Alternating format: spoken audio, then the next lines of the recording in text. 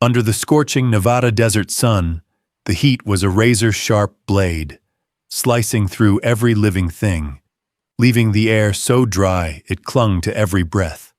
I'm Ethan Caldwell, 38, a U.S. Marine Corps sergeant, no stranger to long marches in brutal conditions, where sweat and red dust become part of life. But no challenge, not a dangerous patrol in Afghanistan, not a sleepless night staring death in the face, could have prepared me for the knife that came in Sarah's email. My wife of 15 years, the only light in my darkest days, sent a message as cold as ice. She wanted a divorce, had drained our joint account, and was living with another man in our Denver home. The home I'd poured sweat, blood, and dreams into building.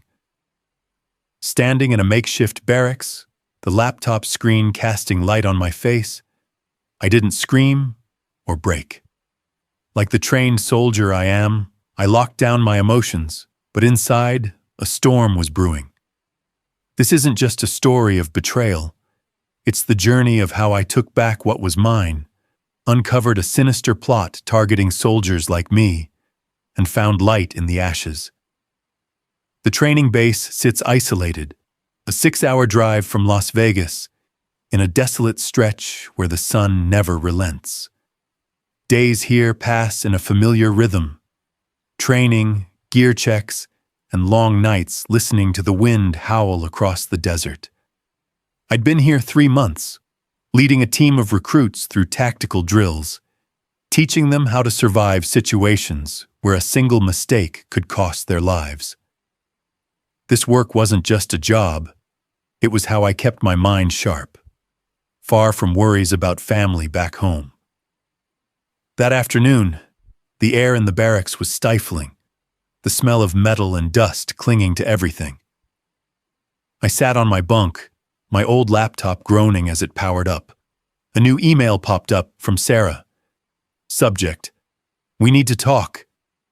I frowned, a knot of unease forming, but clicked anyway. The message was 3 sentences, short and sharp as a dagger. "Ethan, I've filed for divorce. I withdrew the money from our joint account to start over. I'm living with Ryan Carter in our Denver home." Each word hit like a sledgehammer to the chest. I read it again, then a 3rd time, hoping the words would shift, that this was just a nightmare. But they stayed, unrelenting, like a death sentence for 15 years of marriage. Our Denver home, where I'd spent hours fixing up, painting the fence, mowing the lawn every weekend, was now some stranger's haven. Our joint account, where we'd saved for trips we never took, for a future I thought was forever, was empty. And Sarah, the woman I believed would stand by me until the end, had chosen another path. I closed the laptop and stepped into the communal bathroom, letting cold water pour over me. It couldn't wash away the feeling that my world had just collapsed, but it kept me steady. Hands braced against the rough tile wall, breathing heavy, I fought to lock down the emotions screaming in my chest. I didn't cry. I'm not that guy.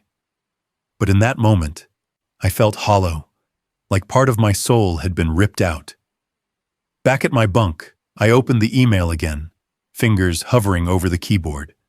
I typed one word: understood. No arguing, no pleading, no threats. Just one word, the way I was trained to face any challenge in the Corps. Short, clear, and unclouded by emotion. But inside, a hurricane roared. I lay back, staring at the barracks ceiling, the flickering fluorescent light reminding me there was no escaping this truth. Baxter, my bunkmate, sensed something was off. He was sprawled on his bed, reading a dog-eared sci-fi paperback, the beam of his flashlight illuminating a weathered face scarred from years in combat. "You good, Ethan?" he asked, eyes still on the page, voice low and even, like he was asking about the weather. "Fine," I replied, my tone flat like giving a mission report. just some stuff back home. Baxter nodded, didn't push. Soldiers like us know when to leave a man alone. He'd seen me face worse. Perilous patrols in Afghanistan. Moments where death was a heartbeat away. But this time, the enemy wasn't out there. It was in the place I'd once called home. Truth is, I wasn't completely blindsided. 6 months before I deployed, Sarah had changed. Small shifts, but to a man trained to spot threats, they were like flashing warning signs in the dark. She stopped asking about my day, stopped waiting for stories about training or life on base. She started working late at the law firm where she was a secretary, blaming busy case files or urgent clients. She got into fitness out of nowhere, but I never saw her sweaty or smelling like the gym. New clothes, tight dresses, expensive heels appeared in her closet, nothing like the casual style she used to love. She had new friends I'd never met, and her phone password changed, which she brushed off as work security. I'm not the type to snoop through texts or tail my wife. I didn't want to be the paranoid husband, didn't want to destroy the trust between us. But I'm not blind. So I prepared quietly, like a soldier before a mission. I moved important documents, birth certificates, marriage license, house deed, to a storage unit outside Denver, where only I had the key. My mother's wedding ring, my grandmother's silver set, items worth more in sentiment than dollars, went there too. I opened a separate bank account at a different bank, funneling a portion of my pay into it. Not enough to raise Sarah's suspicions, but enough to keep me from being left with nothing if things went south. The night before I left, she hugged me at the airport saying, "Stay safe, Ethan." Her eyes were dry, her voice flat, like she was sending off a coworker, not a husband heading into danger. I should have known then, but part of me still hoped I was wrong. I met Sarah at a small Denver bar in the summer of 2008. I just returned from Iraq, carrying invisible scars only combat veterans understand. Sarah was working part-time behind the bar, studying to become a paralegal. She had a radiant smile, blonde hair glowing under the neon lights, and a way of talking that made me feel more interesting than I thought I was. We talked all night, about trivial things, beer, movies, vague plans for the future. For the first time in months, I felt lighter, like the war was a distant memory. We married 10 months later, a small, warm ceremony at a little church in the suburbs. Sarah wore a simple white dress, held my hand, and promised to stay by my side forever. I believed her, no doubts. She said she was proud of my work, but I always sensed she didn't fully get it. Her family, her dad a lawyer, her brother an accountant, had no ties to the military. She'd ask when I'd get a real job, as if 18 years in the Marines was just a phase. "You can't be a soldier forever, Ethan," she said once, over dinner in our rented apartment's tiny kitchen. I smiled, not wanting to argue, but deep down, I knew the Corps wasn't just a job, it was where I belonged. We bought our house in 2012, a 3-bedroom in Denver's suburbs, not fancy, but ours, a place to start, to build a future. I took out a VA loan in my name, but added Sarah to the deed, because it felt like the right thing, the husbandly thing. My dad died in 2013 from a stroke, working on his car in the garage. Mom passed 2 years later from heart disease, despite always taking care of herself. They left me a small inheritance, enough to pay off student loans and start a modest savings. I deployed 4 times during our marriage: Iraq, Afghanistan, and 2 long training missions. Each time I came back, Sarah grew more distant, like she was playing a role she no longer wanted. Her smiles faded. Her hugs felt forced, and our conversations shrank, as if we were strangers sharing a house. By 2020, the signs were clearer. Sarah got snappy when I called while she was out with friends, often hanging up with an excuse about being busy. She started talking about her friend Jenna, who'd just divorced and was living her best life, as if that was something to envy. Jenna says women need to live for themselves, not wait for someone else, Sarah said once, her eyes distant. She complained we had nothing in common anymore, that she was tired of being alone during my deployments. I suggested marriage counseling, thinking a neutral third party could help us reconnect.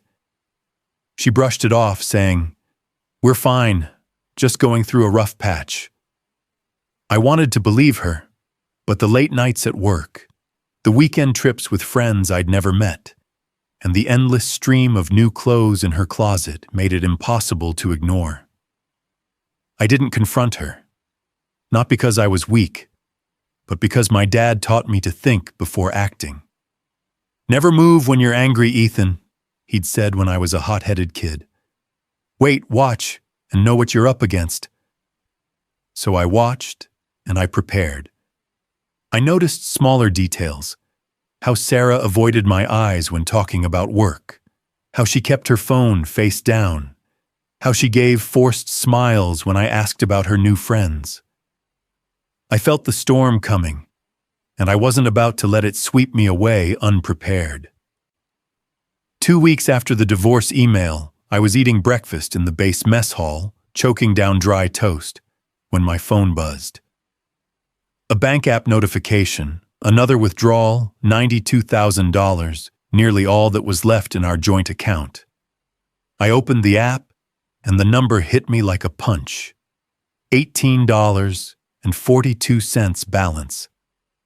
The $50,000 savings we'd built over years, for trips we never took, for a future we dreamed of, was gone, wired to an unfamiliar account. My heart pounded, not from anger, but from the clarity of stepping into a mission, cold, focused, every sense sharpened. I set my fork down, pushed the tray aside, and opened my laptop right there. I reread Sarah's email, dissecting each word for clues. Nothing, just the emptiness of a message written by someone who'd already left me behind. I closed the laptop, stood, and headed to the base's comms room. That night, I called the bank on a secure line, my voice calm but firm. The rep confirmed Sarah had been siphoning money for weeks, starting with small amounts, $500, $1,000, then escalating, with the final $92,000 pulled right after I deployed.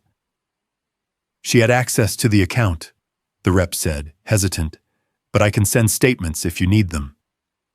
"Send them now," I said, and hung up. Baxter found me in the hallway, leaning against the wall, my eyes sharp like when he'd spotted danger on a patrol. "You look like you just saw a ghost, Ethan. What's up?" I don't open up easily, but Baxter saved my life once in Kandahar, when an IED went off meters away. I trusted him.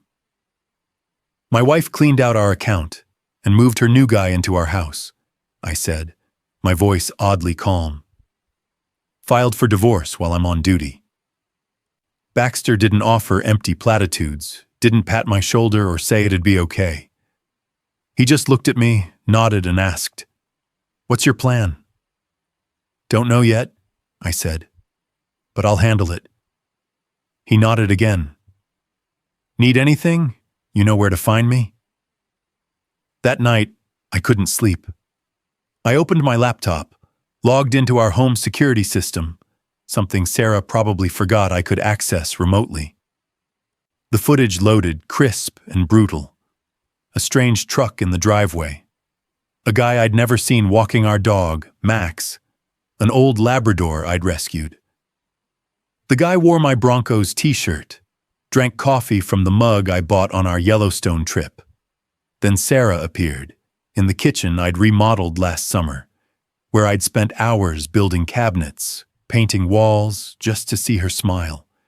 She was smiling now, but not at me. She smiled at him, like I'd never existed. A cold clarity settled over me, not anger, but focus, like aiming a rifle at a target. I closed the laptop, grabbed my phone, and made a list. Contact Lucas, my buddy turned lawyer. Check the VA loan terms. Request emergency leave. Secure my military pension. I wasn't sad. I wasn't angry. I was locked in, like planning a campaign, every step calculated for victory. The next morning, as the sun rose over the desert, I emailed Lucas, subject, "Need legal help, urgent and discreet." Lucas and I grew up together in a small Colorado town, fishing, playing ball, sharing big dreams. Now he's a lawyer specializing in divorce and finance, with an office in Denver. He replied within an hour, asking for a secure call. By the time I hung up, I had a plan, clear as a tactical map. I didn't need to yell or threaten. I just needed patience, observation, and to let Sarah's actions become her own trap. Lucas got to work. "I'll dig into the bank accounts, house paperwork, and divorce filing," he said, his voice steady. "But you need to send me everything. Emails, statements, anything from the security cams." I sent it all, with a short note. "She took $92,000. I want to know where it went." Lucas promised to dig deep, and I trusted him, not just as a friend, but as a guy who doesn't miss details. 2 months later, I returned to the States, unannounced to Sarah. I checked into a cheap Denver motel under a fake name, a place reeking of old cigarettes and groaning AC. I didn't want her knowing I was back, didn't want her to have time to prepare. I met Lucas at a diner 10 miles outside the city, where the smell of burnt coffee and toast mingled with the heavy morning air. "You look rough," Lucas said, sliding into the booth across from me, his sharp eyes scanning my face. "Feel rough," I replied, sipping bitter coffee. He handed me a thick folder, house paperwork, loan docs, bank statements, and a single sheet that made my pulse race. "Found this digging through your finances?" he said, his voice low. It was a home refinance application, bearing my signature, but it wasn't mine. Someone had tried to mimic it, but they botched the details, a missing middle initial, strokes that didn't match, like a clumsy forgery of a painting. "Sarah did this?" I asked, though I knew the answer. Lucas nodded. 3 months ago. Used the home equity to pull $350,000. Your signature was required since the VA loan's in your name. She forged it, took the cash, then drained the joint account, and filed for divorce. I smirked, not a smile, but a reflex to mask the tidal wave surging inside. "Busy lady." "There's more," Lucas said, sliding another sheet across the table. She listed her boyfriend, Ryan Carter, as a co-applicant on the refinance. Guy's got a rap sheet. 2 DUIs and a fraud charge in 2020. Not exactly Prince Charming. I took a deep breath, keeping my breathing steady. "What are my options?" Lucas grinned, the smile of a man who knows he's got the upper hand. "First, you decide what you want." I thought for a moment, picturing Sarah laughing in our kitchen with that guy. "I want what's mine," I said, my voice firm, "and I want her to face the consequences."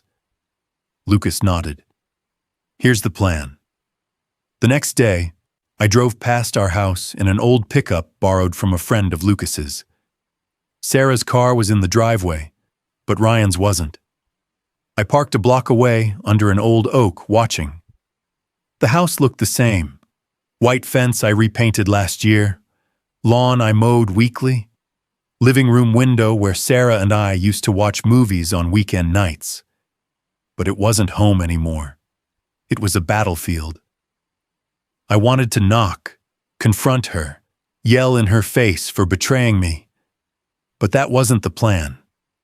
Instead, I drove to the bank, meeting the refinance officer, a middle-aged guy named Greg with salt and pepper hair and tired eyes. I showed my military ID, real documents, and pointed out the forged signature on the refinance app. Greg's face went pale, like he'd seen a ghost. "I have to report this immediately," he stammered. "This is serious fraud." "I've already filed a police complaint," I said, my voice calm but icy. "I need every transaction tied to this money." Greg nodded, promising statements within 24 hours.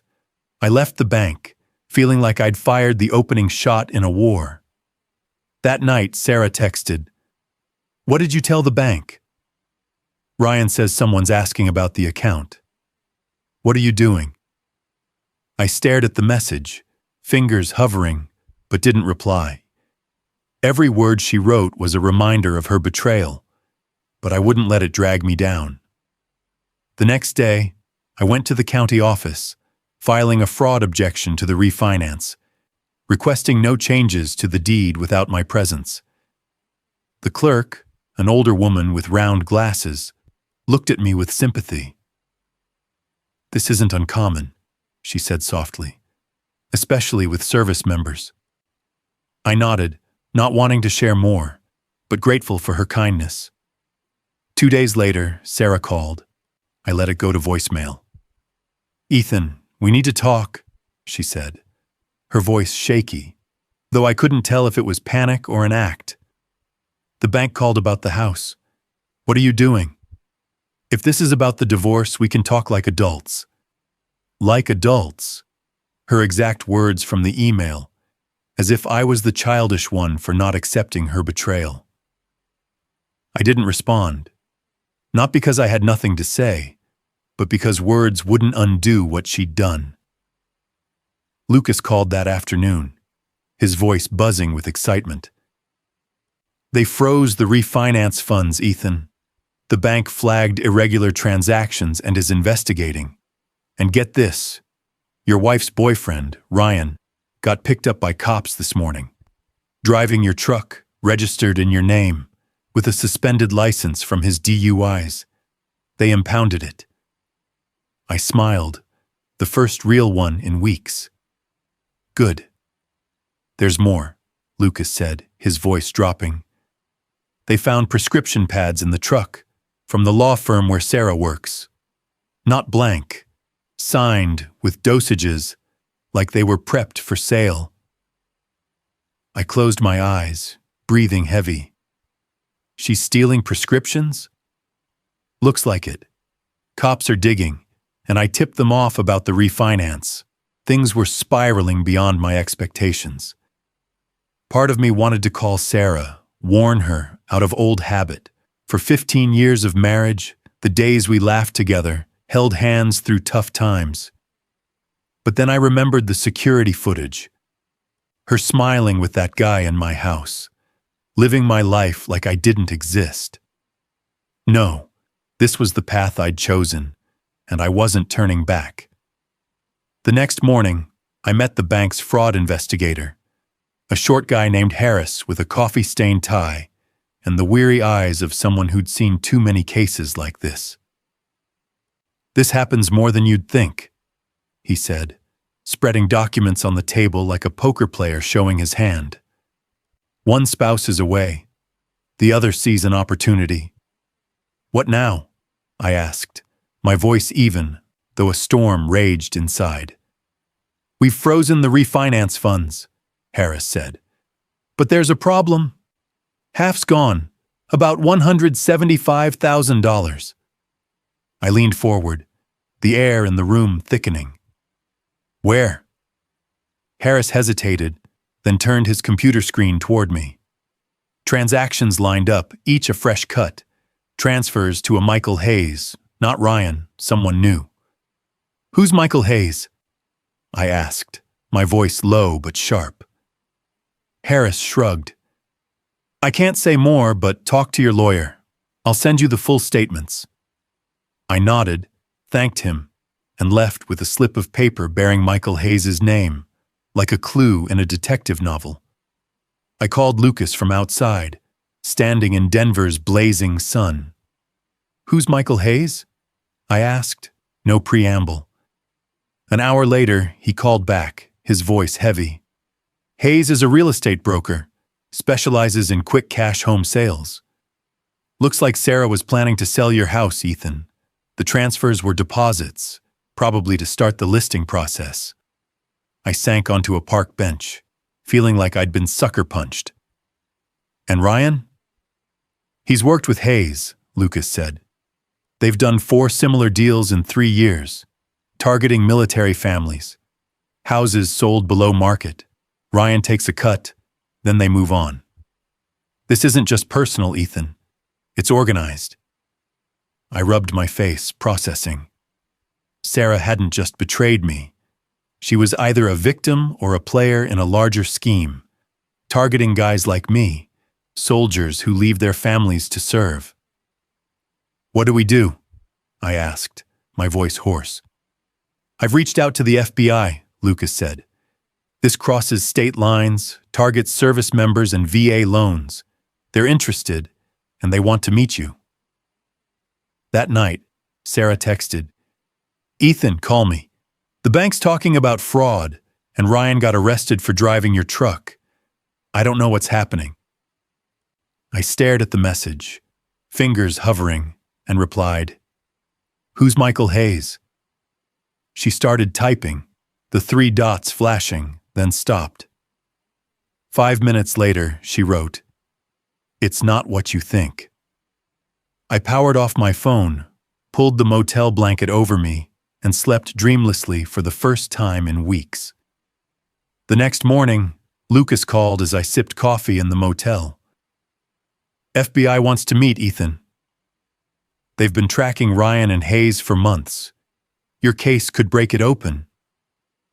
I met 2 agents at the Denver FBI office, Agents Nguyen and Carter, in a small room with a window overlooking the bustling street. They took my statement, collected copies of my evidence, emails, statements, security footage. "Your case establishes a pattern," Nguyen explained, her voice calm but precise. "It proves intent and organization, making this a conspiracy, not isolated incidents. We've been watching Hayes and Ryan, but you provided the missing piece." "What about Sarah?" I asked, my voice low, eyes fixed on the table. They exchanged a glance, a silent moment heavy with meaning. "We're determining her involvement," Carter said, choosing his words carefully. "Did she ever mention financial stress, pressure to sell the house?" I thought back to evenings when Sarah complained about money. "She said we were house poor, should sell to free up cash. I didn't think it was urgent. The mortgage was fine on my salary." Nguyen scribbled, her pen moving fast. "When did she start saying that?" "About 6 months ago," I said, realizing it lined up with her changes. "Probably when she met Ryan. They asked more, about the bank account, the security system, my deployments." When I left, Nguyen handed me her card. "Don't confront your wife, Sergeant Caldwell. We need to build this case carefully." I nodded. "Understood." That evening, Sarah texted, asking to meet at City Park. Lucas advised against it. "She's panicking," he said, as we sat in a coffee shop, neon lights casting shadows on his face. "Let her dig her own grave." I agreed, but I wanted to know her moves. So we staked out the house. Sarah left at 9:30 a.m., driving toward the park, thinking I'd show. 20 minutes later, a car with a real estate logo pulled up. Michael Hayes stepped out, with Ryan. I opened the security app on my phone, watching them in the living room, discussing selling the house for $450,000, hundreds of thousands below market. "What about the husband?" Hayes asked, his tone dismissive. "He'll take the deal to stay quiet," Ryan replied, smirking. I sent the video to Agent Nguyen with a note. Happening now. 30 minutes later, the FBI swarmed the house, their vehicles blocking the street. I watched from a distance under a tree as agents led Hayes and Ryan out in cuffs. Sarah pulled up moments later, her face pale, hand over her mouth, watching documents get carried out of what used to be our home. What happens to her? I asked Nguyen over the phone when she called with an update. Depends on what she knew and what you want, she said. I looked at Sarah from afar, 15 years of marriage flashing through my mind. The early days of love, the times she held my hand through war nightmares, the moments I thought we were invincible. But it was all an illusion. I just want what's right, I said, my voice steady. The case wrapped up fast. Ryan and Hayes pleaded guilty, ratting out accomplices in a fraud ring targeting military families across 3 states. They preyed on deployed soldiers, stealing their homes and assets, leaving broken families in their wake. Sarah claimed she didn't know the full scheme, saying Ryan tricked her into believing I was hiding money, that the refinance was to secure her future. She agreed to repay every cent she took, gave up her claim to the house and my military pension, and pleaded guilty to forging my signature. In return, I didn't pursue criminal fraud charges against her. Maybe she was telling the truth, maybe not. I didn't care anymore. The divorce finalized 6 months after that desert email. I sold the Denver house, unable to live in walls filled with painful memories. With the proceeds, I bought a small cabin in Montana, on a 10-acre plot with a creek running out back. I live with Ranger, a German shepherd I adopted from a shelter, work as a carpenter for locals, and savor the quiet of days without gunfire. A year later, I got a letter from a woman in San Diego, thanking me for helping crack the case, saving her and her husband's home, a sailor deployed far from home. The letter's pinned to my fridge, next to a photo of Ranger, a reminder that from ashes, something good can grow. My story is a testament to the power of patience and resolve in the face of adversity. When confronted with the brutal betrayal of my wife of 15 years, I didn't let anger or pain take the wheel. Instead, I chose strategy. Like the soldier I was trained to be, protecting what was mine and inadvertently dismantling a fraud ring targeting military families. Life can strip away so much: trust, love, security, but it can't take your ability to stand up and do what's right. My journey shows that true victory isn't in revenge, but in holding on to your integrity, rebuilding from the pieces, and finding light, however small, in the darkness.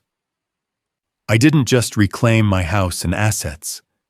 I restored justice for others, proving that sometimes the hardest battles lead to the most meaningful wins. This morning, as the sun rose over the Montana mountains, I sat on my porch, Ranger at my side, watching the creek sparkle in the dawn. That San Diego letter's still on the fridge, a reminder that even in the darkest days, there's reason to keep fighting.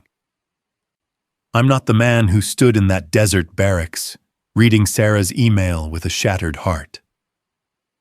I'm Ethan Caldwell, a soldier, a survivor, and above all, a man who's learned that no matter what life throws at you, you can always rise, stronger than ever.